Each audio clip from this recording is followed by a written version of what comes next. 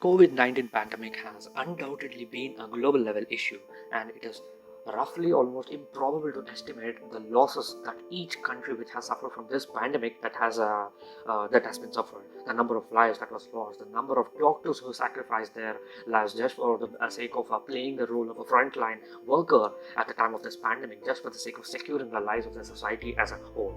And when we take the situation like a pandemic or say a lockdown, which was quite initiated by the government during the time of the pandemic, say in the month of April and March, for which because of which the people had to stay indoors. Well, when we take the case of a middle class family, or when we take the case of say a highly positioned family in a system in a society, they could easily come up or they could easily battle with such situations because they always had enough amount of monetary resources. And even if they had no proper monetary resources, they had one or the other way through which they could, like say, live a comfortable life. You can say like they could live a comfortable life at all costs. But when we take a case of a migrant worker, it is quite disappointing to know that many of the migrant workers didn't even have the basic necessities of life during this time of pandemic, because these are the workers who work on the basis of the daily wages. Now, when we take the case of say a software engineer, there was a rule passed by the government during the pandemic saying that these workers will have to be paid even though they were sitting at the home performing no job. So the employer was compelled to pay these software engineers, for instance, even though they perform no job. So to speak in other words, the paid leave was granted to these software engineers. But when we take the case of it as such, so now since a paid leave was granted for these, say, the software engineers or say any such people who was working on a monthly salary basis, they were, like promised by the government for the payment, even though they have performed no work. But what about the case of a daily wage worker, a worker who obtains the wages, who obtains his income on the basis of the work that he performed on that particular day? So, or you can say in other words that today's lunch or today's dinner for that worker is a result of the hardship that he faced for that day, and he's definitely not paid on the basis of a per month salary or a per annum salary, and he definitely doesn't have any other source of income other than that particular work that he performs as on that day. So what is the plight of these workers is what we are going to show in this documentary for a couple of more minutes. And the plight of these migrant workers, and especially those migrant workers in India, is worth being watched and worth being listened about.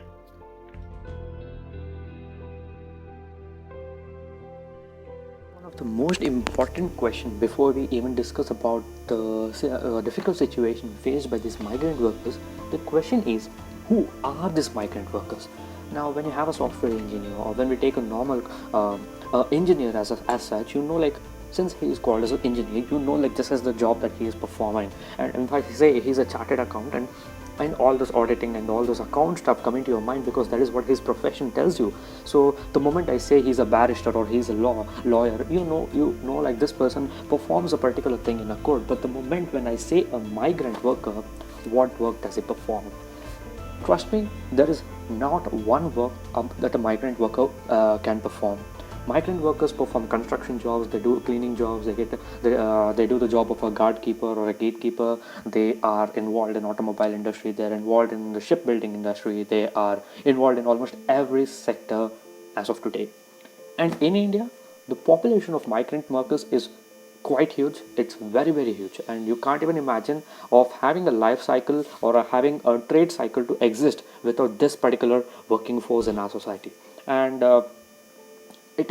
and these people earn on the basis of the work that they perform as on today. And as I said you earlier, the today's meal is a result of the work that they perform today, that they perform as such. And generally these workers are, you can be found that they are declined, or they are not provided with the necessary sanitary requirements or health requirements. They don't get proper wages, or they don't get the proper legal implications within the country. And this can be simply said that being in a country like a democratic India, equality is something that has to be prevailing in every part of the society. And this is one thing that doesn't exist. Equality is one thing that the migrant workers don't get, and that's exactly the reason why they have to travel away from their homes to various migrant places for the purpose of searching of the jobs.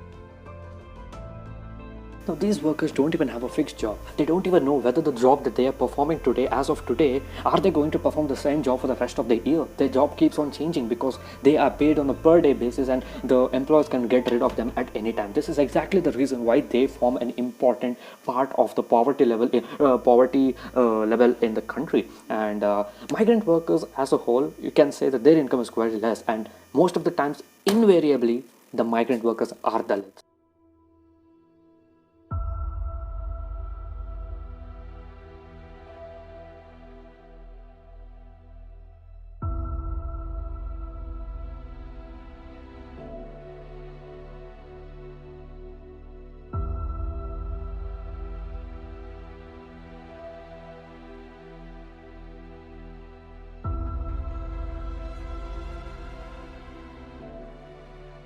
The Indian migrant laborers have gone through multiple hardships during this pandemic.